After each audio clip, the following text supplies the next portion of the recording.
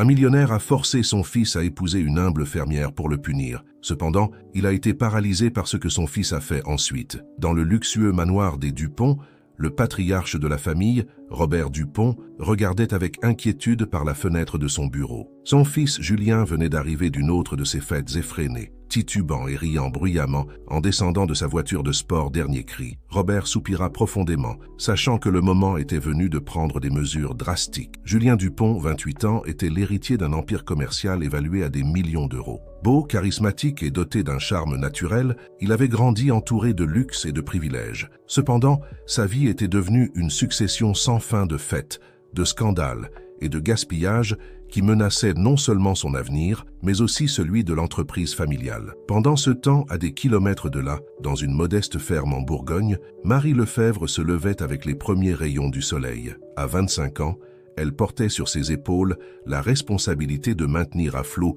la petite propriété dont elle avait hérité de son père et de s'occuper de sa mère malade, Madame Élise. Marie était une belle femme, à la peau bronzée par le soleil et aux yeux couleur miel qui reflétaient sa détermination et sa bonté. Vêtue d'un jean usé et d'une chemise à carreaux, elle se dirigea vers l'étable pour commencer ses tâches quotidiennes. Tout en trayant les vaches, elle ne pouvait s'empêcher de penser aux dettes croissantes et aux coûteux traitements dont sa mère avait besoin. Ce même matin, Robert Dupont prit une décision qui allait changer le cours de leurs deux vies. Après une discrète enquête, il avait découvert la situation de Marie et de sa mère. Dans un plan qu'il jugeait bénéfique pour tous, il décida d'arranger un mariage entre son fils et la jeune fermière. « Julien, j'ai besoin de te parler », dit Robert d'une voix ferme lorsque son fils se réveilla enfin à midi. Julien entra dans le bureau de son père avec un sourire insouciant. Mais celui-ci s'évanouit en voyant l'expression sérieuse sur le visage du patriarche. « Qu'est-ce qui se passe, papa? Tu vas encore me faire la morale? C'est plus sérieux, Julien. J'ai pris une décision et j'espère que tu l'accepteras sans protester. » Le jeune héritier sentit un frisson parcourir son dos. Il connaissait ce ton de voix et savait qu'il n'augurait rien de bon. « Tu vas te marier » déclara Robert. « Quoi? Tu plaisantes ?» Julien laissa échapper un rire nerveux. « Ce n'est pas une blague. J'ai déjà tout arrangé. Tu épouseras Marie Lefebvre, une jeune fermière de Bourgogne. Le mariage aura lieu dans un mois. » Julien resta bouche bée, incapable de traiter ce qu'il venait d'entendre. Se marier avec une fermière? Ce devait être un cauchemar. « Mais papa, tu ne peux pas me faire ça. Je ne la connais pas, je ne l'aime pas. Comment peux-tu t'attendre à ce que j'épouse une parfaite inconnue ?» Robert se leva de sa chaise et regarda fixement son fils. « Il est temps que tu assumes tes responsabilités, Julien. Ce mariage t'apprendra la valeur du travail acharné et de l'humilité. De plus, tu aideras une famille dans le besoin. La mère de Marie est malade et a besoin de traitements coûteux. Et pourquoi dois-je être celui qui se sacrifie ?» protesta Julien. « Parce que tu es mon fils et mon héritier. Il est temps que tu mûrisses et que tu deviennes l'homme que je sais que tu peux être. » Pendant ce temps, à la ferme, Marie recevait un appel inattendu. Les mains tremblantes, elle écouta la proposition de Robert Dupont. Au début, elle crut qu'il s'agissait d'une blague cruelle, mais au fur et à mesure que l'homme d'affaires expliquait les détails, elle réalisa le sérieux de l'affaire. « Monsieur Dupont, je vous remercie pour votre offre, mais me marier avec votre fils? Je ne le connais même pas. » répondit Marie, encore incrédule. « Je comprends ta confusion, Marie. Mais pense à ta mère, au traitement dont elle a besoin. Ce mariage assurera son bien-être et le tien. » Marie regarda vers la chambre où sa mère se reposait. Madame Élise allait de mal en pis, et les médecins avaient été clairs. Sans le traitement approprié, ses jours étaient comptés. Le cœur partagé entre le devoir et ses propres désirs, Marie prit une décision qui allait changer sa vie à jamais. « J'accepte, monsieur Dupont, » dit-elle d'une voix tremblante. « J'épouserai votre fils. » Les jours suivants furent un tourbillon d'émotions et de préparatifs. Julien refusait de coopérer, tandis que Marie essayait de garder son sang-froid face à l'avalanche de changements dans sa vie. La nouvelle des fiançailles se répandit comme une traînée de poudre dans les deux mondes, la haute société parisienne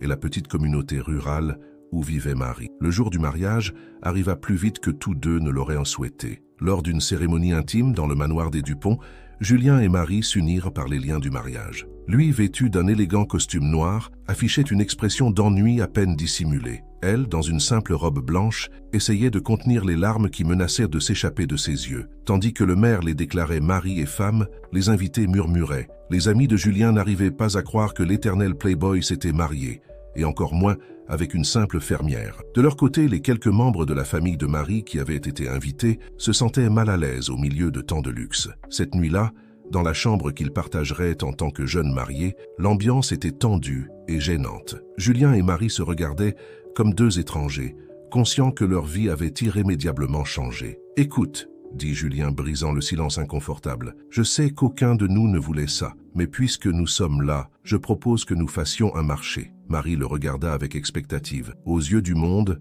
nous serons un couple marié, mais en privé, chacun vivra sa vie comme il l'entend. Je continuerai avec mes amis et mes fêtes, et toi, eh bien fais ce que font les fermières. Les paroles de Julien blessèrent Marie plus qu'elle ne s'y attendait. Bien qu'elle ne le connaisse pas, elle avait nourri un petit espoir qu'ils puissent bien s'entendre. D'accord, répondit-elle d'une voix ferme. Mais j'ai une condition. Tu respecteras ma mère et tu t'assureras qu'elle reçoive le meilleur traitement possible. Julien hocha la tête, surpris par la détermination dans la voix de sa nouvelle épouse. Marché conclu, dit-il en tendant la main. Marie la serra, scellant ainsi un accord qui marquerait le début de leur singulier mariage. Alors qu'ils se couchaient de part et d'autre de l'énorme lit, tous deux réfléchissaient au tournant qu'avait pris leur vie. Julien se demandait combien de temps il devrait supporter cette farce avant que son père ne soit satisfait. Marie, quant à elle, pensait à sa mère et à la ferme, se demandant si elle avait pris la bonne décision. Ce qu'ils ignoraient tous les deux, c'est que ce mariage de convenance ne serait que le début d'une histoire qui les mènerait sur des chemins insoupçonnés, défiant leurs préjugés et changeant leur cœur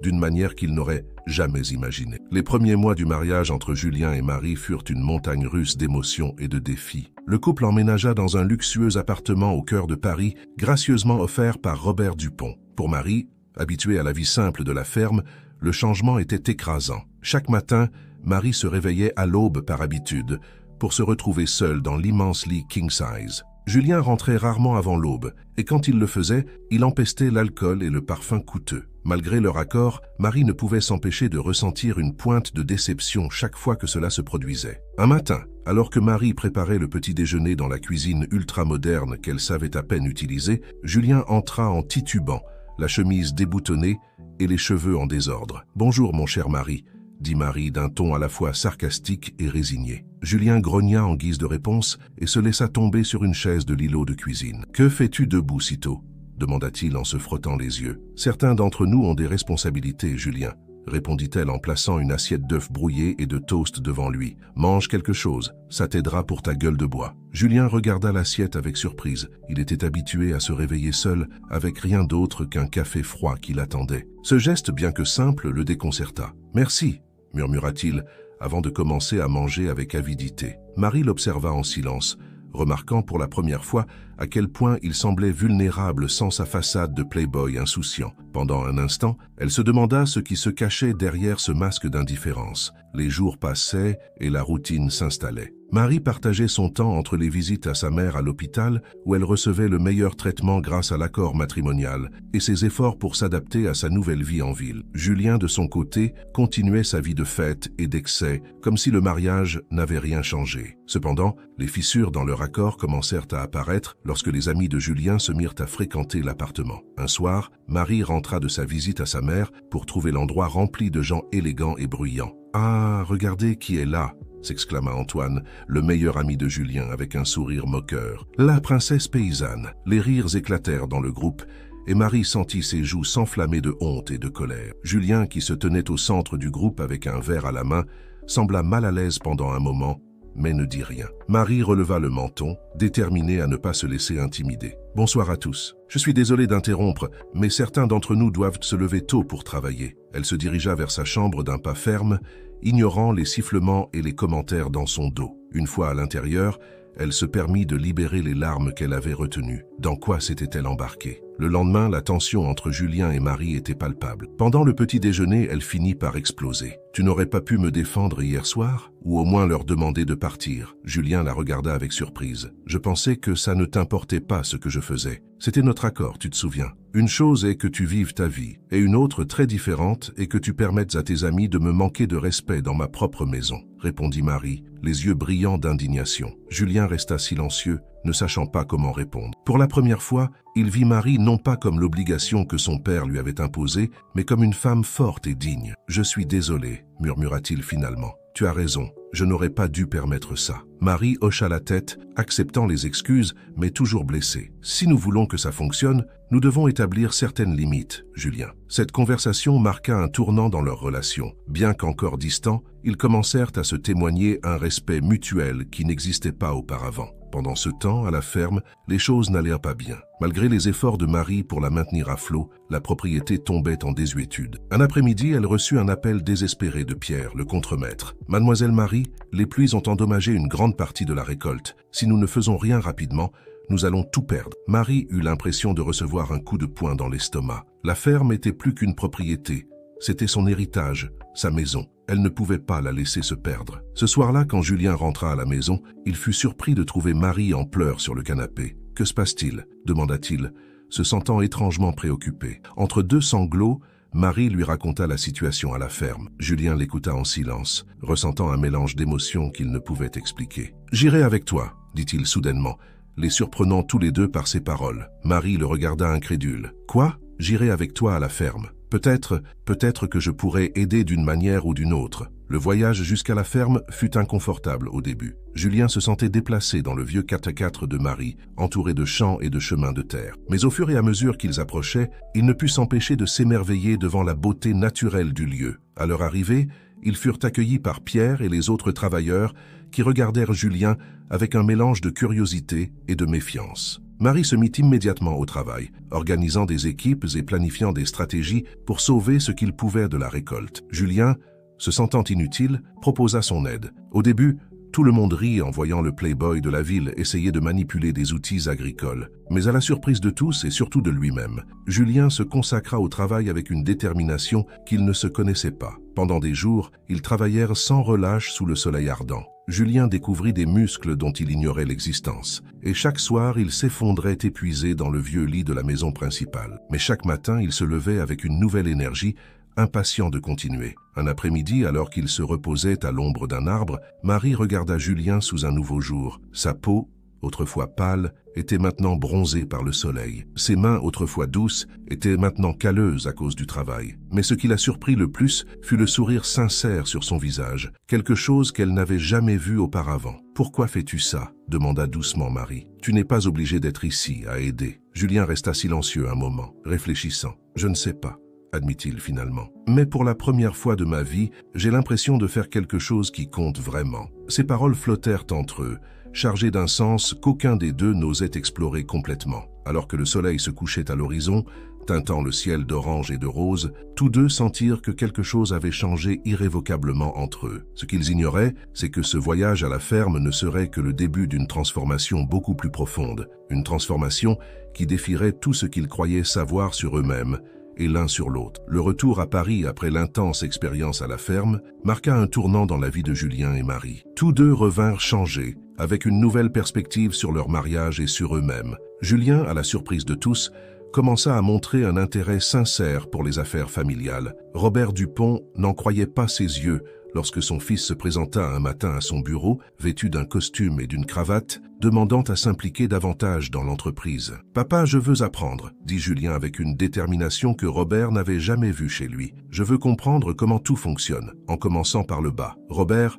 bien que sceptique au début, décida de lui donner une chance. Il affecta Julien à différents départements, en commençant par les niveaux les plus basiques. À l'étonnement de tous, Julien se consacra au travail avec un enthousiasme inédit. Pendant ce temps, Marie faisait face à ses propres défis. Déterminée à ne pas abandonner ses racines, elle commença à chercher des moyens d'améliorer la gestion de la ferme à distance. Elle fit des recherches sur l'agriculture durable et les nouvelles technologies qui pourraient augmenter la productivité sans compromettre les valeurs traditionnelles de la propriété. Un soir, alors que Marie travaillait sur son ordinateur portable dans le salon, Julien rentra du travail desserrant sa cravate. « Que fais-tu » demanda-t-il, véritablement intéressé. Marie leva les yeux, surprise par le ton amical. « Je fais des recherches sur des systèmes d'irrigation efficaces. Je pense que nous pourrions mettre quelque chose comme ça en place à la ferme. » Julien s'assit à côté d'elle, regardant l'écran. « Tu sais, dans l'entreprise, nous avons un département d'innovation agricole. Peut-être qu'il pourrait t'aider avec ça. » Marie le regarda,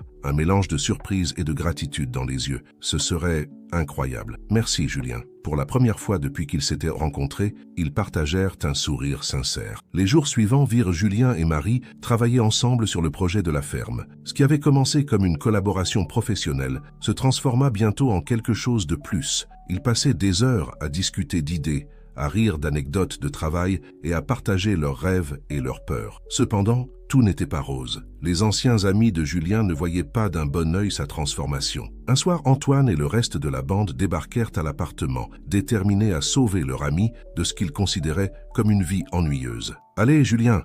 insista Antoine, agitant une bouteille de champagne. « C'est vendredi soir. Ne me dis pas que tu es devenu un vieux ennuyeux. » Julien regarda Marie qui était assise sur le canapé avec un livre. Pendant un moment, il fut tenté de retourner à son ancienne vie d'excès. Mais quelque chose avait changé en lui. « Désolé, les gars, » dit-il finalement. « J'ai des projets ce soir. » Antoine et les autres le regardèrent incrédules. « Des projets? Avec la paysanne ?» se moqua Antoine, lançant un regard méprisant à Marie. Julien sentit son sang bouillir. « Son nom est Marie, » dit-il d'une voix ferme. « Eh oui, j'ai des projets avec ma femme. Si vous ne pouvez pas la respecter, il vaut mieux que vous partiez. » Le silence qui suivit fut assourdissant. Un par un, les amis de Julien quittèrent l'appartement, laissant derrière eux des regards d'incrédulité et de déception. Quand la porte se referma, Marie se leva et s'approcha de Julien. « Tu n'avais pas à faire ça, » dit-elle doucement. Julien la regarda, surpris par l'intensité des émotions qu'il ressentait. « Si je devais le faire, tu es ma femme, Marie, et tu mérites le respect. » Cette nuit-là marqua un avant et un après dans leur relation. Bien qu'aucun des deux ne l'admette à voix haute,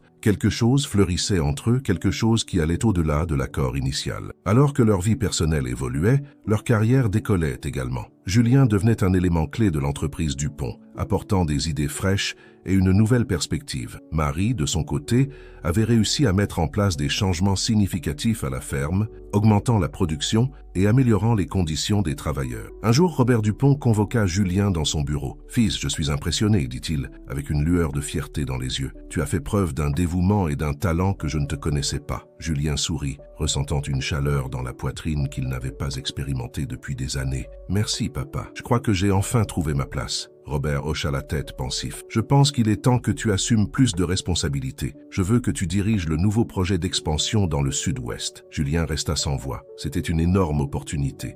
Un vote de confiance qu'il n'aurait jamais cru recevoir. Mais cela signifiait aussi passer beaucoup de temps loin de Paris, loin de Marie. Ce soir-là, quand il raconta à Marie l'offre, il s'attendait à voir de la joie sur son visage. Au lieu de cela, il vit une ombre de tristesse qu'elle essaya rapidement de cacher. « C'est merveilleux, Julien, » dit Marie, forçant un sourire. « Je suis très fier de toi. » Julien la regarda fixement, sentant son cœur s'accélérer. « Tu viendrais avec moi ?»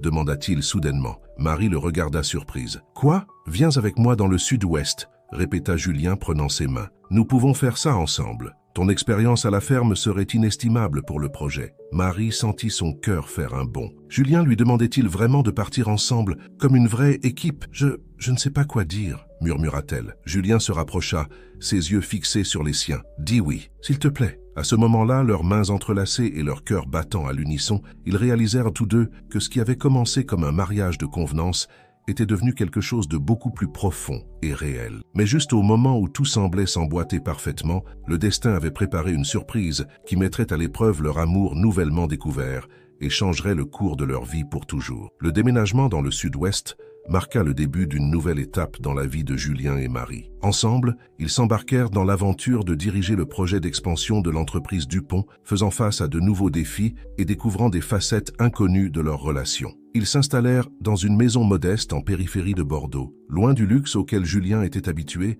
mais avec le charme rustique qui faisait se sentir Marie comme chez elle. Les premiers mois furent une période d'adaptation intense. Julien se plongea dans le travail, déterminé à prouver sa valeur, tandis que Marie appliquait son expérience en agriculture pour aider les communautés locales à améliorer leurs techniques de culture. Un après-midi, alors qu'ils parcouraient un terrain qu'ils envisageaient pour le projet, Marie remarqua le regard préoccupé de Julien. « Qu'est-ce qui ne va pas ?» demanda-t-elle, prenant sa main. Julien soupira. « C'est plus compliqué que je ne le pensais. Le terrain est parfait, mais il y a une communauté qui vit ici depuis des générations. Je ne veux pas les déplacer. » Marie sourit, fière de voir comment la perspective de son mari avait changé. « Peut-être que nous n'avons pas à le faire. Et si nous les incluions dans le projet ?» Cette conversation donna naissance à une idée innovante, un modèle d'entreprise qui intégrait la communauté locale dans le projet d'expansion, créant des emplois et préservant leurs terres. Julien présenta la proposition au conseil d'administration, faisant face à la résistance de certains membres plus conservateurs, y compris son propre père. « C'est risqué, Julien », argumenta Robert lors d'une vidéoconférence. « Nous n'avons pas d'expérience dans ce type de projet communautaire. »« Mais nous avons Marie, » répondit Julien avec conviction. « Elle connaît le terrain, Elle connaît les gens. Nous pouvons faire en sorte que ça fonctionne. La passion et la détermination de Julien finirent par convaincre le conseil. Le projet Racines d'avenir vit le jour, combinant l'expansion de l'entreprise avec le développement durable de la communauté. Alors que le projet avançait, Julien et Marie se rapprochaient de plus en plus. Ils passaient leurs soirées sur la terrasse de leur maison, discutant d'idées, partageant leurs rêves et peu à peu tombant véritablement amoureux l'un de l'autre. Cependant, tout n'était pas parfait. La distance et le stress commençaient à peser sur leur relation avec leur famille. Madame Élise, la mère de Marie, bien qu'en meilleure santé, se plaignait constamment de l'absence de sa fille. D'autre part, les anciens amis de Julien à Paris répandirent des rumeurs sur la façon dont la paysanne l'avait changé, l'éloignant de sa véritable essence. Un soir, après un appel particulièrement difficile avec sa mère, Marie s'effondra dans les bras de Julien. « Parfois, je me demande si je fais la bonne chose, » sanglota-t-elle. « Ma mère a besoin de moi. La ferme a besoin de moi. » Julien la serra fort. « Tu fais quelque chose d'incroyable ici, Marie. Tu changes des vies, y compris la mienne. » Ils se regardèrent dans les yeux et à ce moment-là, tout l'amour qu'ils avaient silencieusement cultivé fleurit. Sans un mot, leurs lèvres se rencontrèrent dans un baiser passionné, scellant un amour qu'ils ne pouvaient plus nier. Mais le destin avait préparé une épreuve de plus pour leur amour nouvellement avoué. Un matin, alors qu'ils prenaient leur petit déjeuner, ils reçurent un appel urgent de Paris. Le père de Julien avait eu une crise cardiaque. Sans hésiter, ils firent leurs valises et s'envolèrent pour la capitale. À l'hôpital, ils trouvèrent Robert Dupont branché à des machines, faible mais stable. Le regard de soulagement dans ses yeux quand il vit Julien était indéniable. « Mon fils, » murmura Robert, « j'ai craint de ne plus te revoir. » Julien prit la main de son père, les larmes aux yeux. « Je suis là, papa, et je ne vais nulle part. » Les jours suivants furent un tourbillon d'émotions. Julien se partageait entre l'hôpital et le bureau, essayant de maintenir l'entreprise à flot en l'absence de son père. Marie, de son côté, se chargeait de coordonner les soins de Robert et de gérer les affaires domestiques. Un soir, alors que Marie préparait un thé dans la cuisine du manoir Dupont, elle entendit une conversation qui ne lui était pas destinée. « Julien, mon fils, » c'était la voix de Robert, « je pense qu'il est temps que tu prennes les rênes de l'entreprise. Mais j'ai besoin de savoir que tu es engagé dans cette voie, que tu ne retourneras pas à tes anciennes habitudes. » Il y eut un moment de silence, avant que Julien ne réponde. « Papa, j'ai changé, et je dois une grande partie de ce changement à Marie. Elle m'a appris la valeur du travail acharné, de l'empathie. » « Je sais, » interrompit Robert. « Et c'est pour cela que je dois te demander quelque chose de difficile. Si tu veux hériter de l'entreprise, j'ai besoin que tu divorces de Marie. » Marie sentit le monde s'arrêter. Divorcer? Après tout ce qu'ils avaient traversé ensemble. « Quoi ?» La voix de Julien semblait aussi surprise qu'elle l'était. « Pourquoi me demandes-tu cela? Fils, le conseil d'administration ne voit pas d'un bon œil ton mariage avec une fermière. Ils pensent qu'elle n'a pas la sophistication nécessaire pour être l'épouse du PDG de Dupont Enterprise. Si tu veux amener cette entreprise au niveau supérieur, tu as besoin de quelqu'un de notre cercle social. » Marie ne put en entendre davantage. Le cœur brisé, elle quitta silencieusement le manoir, les larmes coulant sur ses joues. Comment en était-il arrivé là? Tout l'amour qu'ils avaient construit se réduirait-il à rien face aux attentes sociales et commerciales? Alors qu'elle marchait sans but dans les rues de Paris, Marie était confrontée à la décision la plus difficile de sa vie. Devait-elle se battre pour son amour ou s'effacer pour le bien de la carrière de Julien? Ce que Marie ne savait pas, c'est qu'à ce moment même, Julien prenait une décision qui changerait le cours de leur vie pour toujours, une décision qui mettrait à l'épreuve non seulement leur amour, mais aussi leurs valeurs et tout ce qu'ils avaient construit ensemble. Marie erra dans les rues de Paris, son esprit étant un tourbillon d'émotions et de pensées contradictoires. La ville, qui lui avait paru autrefois froide et aliénante, reflétait maintenant le chaos dans son cœur. Pendant ce temps, dans le manoir Dupont, Julien faisait face au moment décisif de sa vie. « Non », dit Julien d'une voix ferme qui surprit autant son père que lui-même. « Je ne vais pas divorcer de Marie. » Robert Dupont regarda son fils avec un mélange d'étonnement et de déception. « Julien, réfléchis à ce que tu dis. C'est ta chance de prendre les rênes de l'entreprise, de devenir l'homme que j'ai toujours su que tu pouvais être. »« Papa, tu ne comprends pas. » répondit Julien, sa voix tremblant d'émotion. « Je suis déjà cet homme grâce à Marie. Elle m'a appris plus sur la vie, le travail acharné et l'amour véritable que je n'en ai jamais appris pendant toutes mes années de fêtes et d'excès. » Il se leva, arpentant la pièce avec une énergie renouvelée. « Si le conseil ne peut pas voir la valeur que Marie apporte à ma vie et à cette entreprise, alors ce n'est peut-être pas l'entreprise que je veux diriger. » Robert resta sans voix, regardant son fils avec un regard neuf. Pour la première fois, il vit en Julien non pas le jeune homme irresponsable qu'il avait été, mais l'homme qu'il était devenu. Pendant ce temps, Marie était arrivée à un parc voisin, s'asseyant sur un banc avec le regard perdu dans l'horizon. C'est là que Madame Élise la trouva, venue à Paris pour un contrôle médical. « Ma chérie, que fais-tu ici toute seule ?» demanda la mère en s'asseyant à côté de sa fille. Marie éclata en sanglots, racontant à sa mère tout ce qu'elle avait entendu. Madame Élise l'écouta en silence, caressant doucement les cheveux de sa fille. « Marie, regarde-moi » dit finalement Madame Élise, prenant le visage de sa fille entre ses mains. « Toute ma vie, j'ai travaillé dur, j'ai lutté contre la maladie. Et sais-tu pourquoi? Pour toi, pour te donner un avenir meilleur. Mais maintenant, je vois que cet avenir ne concerne pas seulement l'argent, ou la position sociale. Il s'agit d'amour, d'être fidèle à soi-même. » Marie regarda sa mère, surprise par la profondeur de ses paroles. « Si tu aimes Julien, si tu crois en ce que vous avez construit ensemble, alors bats-toi pour ça, » continua Madame Élise. « Ne laisse personne, pas même sa famille, te dire que tu n'en es pas digne. » Inspirée par les paroles de sa mère, Marie se leva avec détermination. Il était temps d'affronter la situation de front. Pendant ce temps, dans le manoir Dupont, la discussion entre Julien et son père avait atteint un point critique. « Si je dois choisir entre l'entreprise et Marie, je choisis Marie, » déclara Julien. « Elle m'a montré qu'il y a plus dans la vie que l'argent et le pouvoir. Elle m'a appris la valeur de l'authenticité et du travail honnête. » À ce moment-là, la porte s'ouvrit brusquement. Marie entra, les yeux brillants de détermination. « Tu n'as pas à choisir, Julien, » dit-elle, surprenant tous les présents. « Nous sommes dans cette situation ensemble. » Elle se tourna vers Robert qui la regardait bouche bée. « Monsieur Dupont, je sais que je ne suis pas ce que vous espériez pour votre fils. Je ne viens pas d'une famille riche. Je n'ai pas un nom important. Mais j'aime votre fils et ensemble, nous avons construit quelque chose de beau et de significatif. » Julien s'approcha d'elle, prenant sa main. « Marie, tu as entendu? »« Oui, j'ai tout entendu, » l'interrompit-elle. « Et je suis ici pour me battre pour nous, pour ce que nous avons construit ensemble. » Robert Dupont les regarda, voyant pour la première fois la force et l'amour qu'ils irradiaient en tant que couple. À ce moment-là, quelque chose changea dans son expression. « Je me suis trompé, » admit-il finalement, à la surprise de tous. « Julien, Marie, je vous dois des excuses. J'étais tellement préoccupé par les apparences et les attentes du conseil que je n'ai pas vu ce qui était devant mes yeux. » Il se leva avec difficulté du lit, s'approchant du couple. « Vous deux avez accompli plus en ces quelques mois que moi en des années. Vous avez prouvé que le succès ne se mesure pas seulement en chiffres, mais dans l'impact que nous avons sur la vie des autres. » Julien et Marie se regardèrent, surpris par le tournant des événements. « Le projet Racines d'avenir est exactement ce dont cette entreprise a besoin, » continua Robert. « Une nouvelle direction, une approche qui combine le succès entrepreneurial avec la responsabilité sociale. Et vous deux êtes les mieux placés pour le diriger. » La tension dans la pièce se dissipa, remplacée par un sentiment d'espoir et de possibilité. Julien serra Marie dans ses bras, sentant que pour la première fois, toutes les pièces de sa vie s'emboîtaient parfaitement. Cependant, alors qu'ils célébraient ce moment de triomphe, aucun d'entre eux ne savait que le destin avait préparé une dernière surprise. Une qui mettrait à l'épreuve non seulement leur amour et leur détermination, mais aussi tout ce qu'ils croyaient savoir sur eux-mêmes et leur avenir ensemble. Quelque part à Paris, une enveloppe scellée attendait d'être ouverte, contenant des informations qui changeraient leur vie à jamais. La véritable épreuve de leur amour était sur le point de commencer. Le soleil se levait sur Paris, baignant la ville d'une lumière dorée qui semblait annoncer un nouveau départ. Dans le manoir Dupont,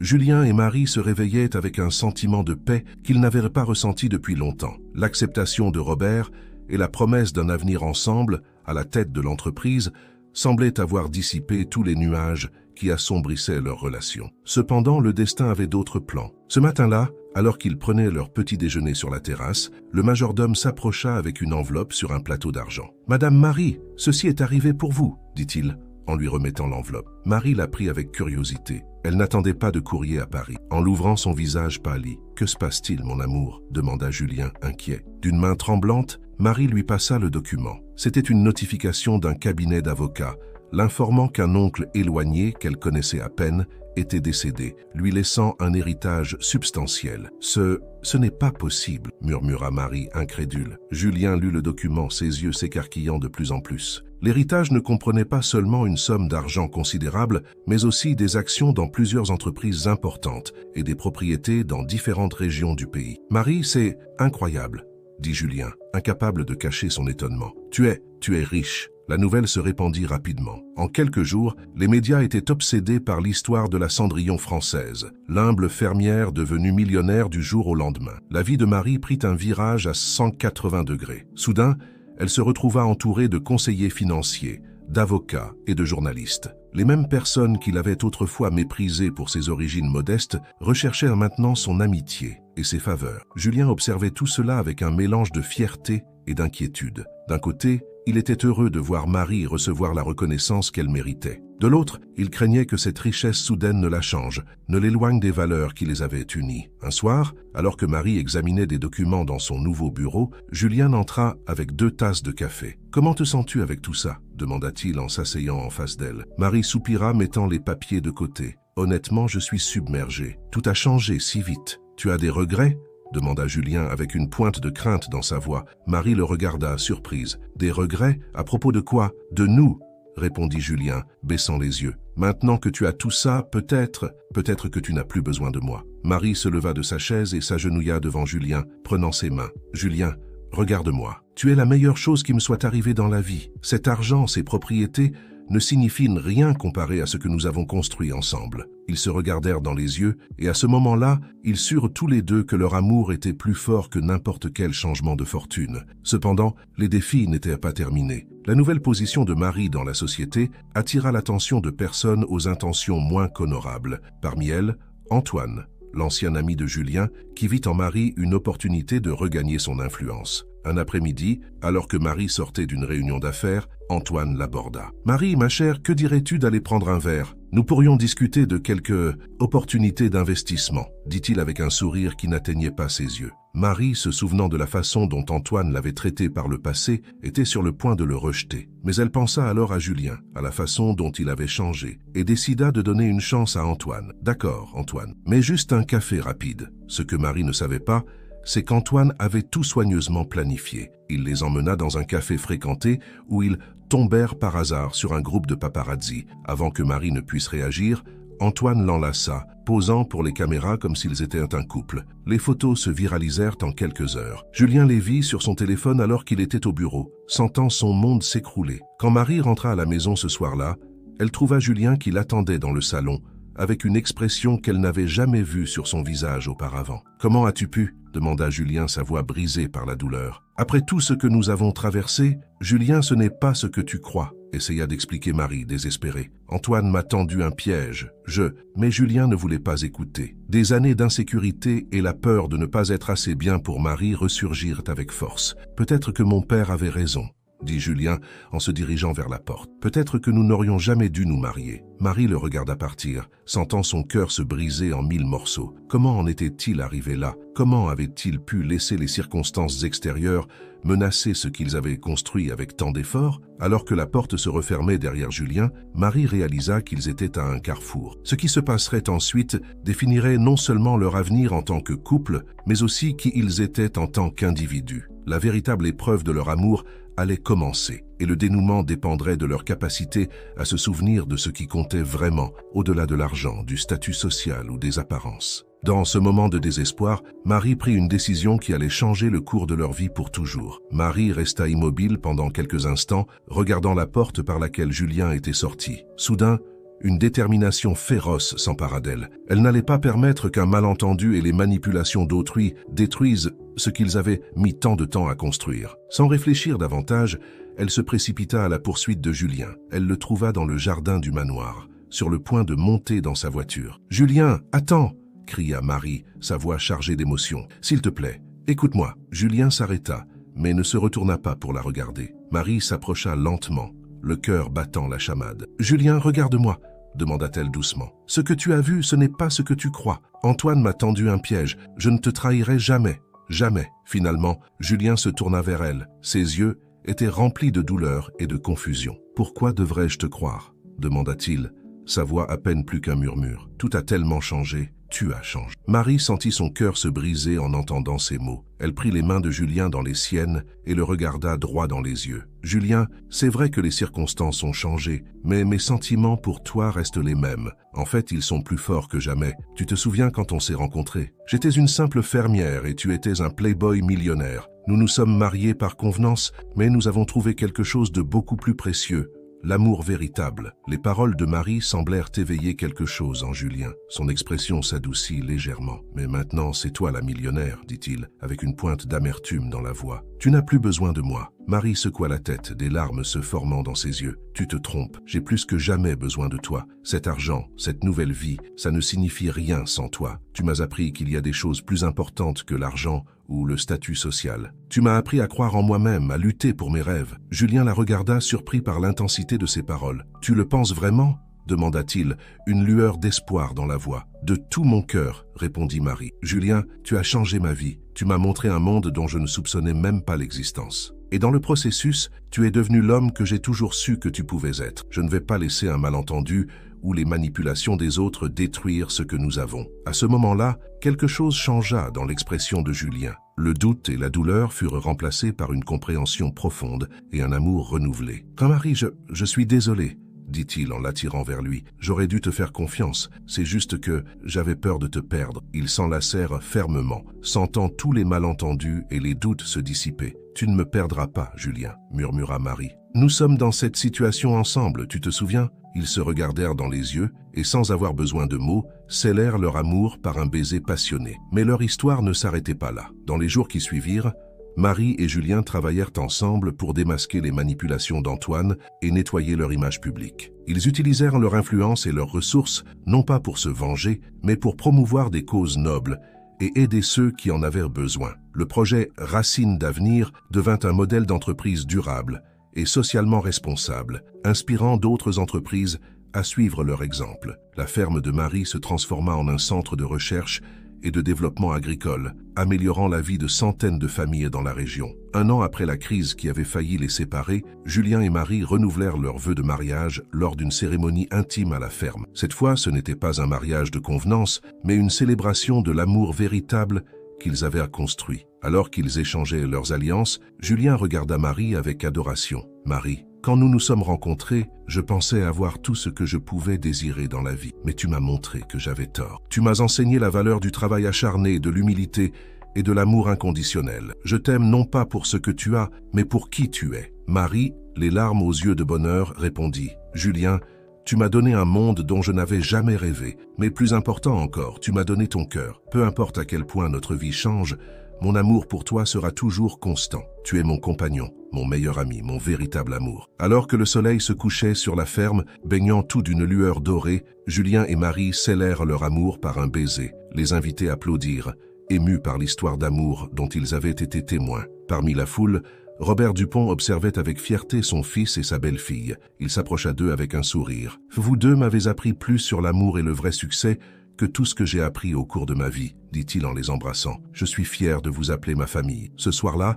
alors que Julien et Marie dansaient sous les étoiles, entourés de leurs proches, ils savaient qu'ils avaient trouvé quelque chose de plus précieux que n'importe quelle fortune, un amour capable de surmonter tous les obstacles. Leur histoire, qui avait commencé comme un arrangement de convenance, était devenue un témoignage du pouvoir transformateur de l'amour véritable. Ils avaient prouvé que, lorsque deux personnes s'aiment et se soutiennent mutuellement, il n'y a pas de défi qu'ils ne puissent surmonter, ni de rêve qu'ils ne puissent atteindre. Et ainsi, alors que la musique résonnait doucement et que les lumières de la ferme brillaient au loin, Julien et Marie regardèrent vers l'avenir avec espoir et excitation, sachant que, quoi qu'il arrive, ils l'affronteraient ensemble, avec l'amour comme force directrice.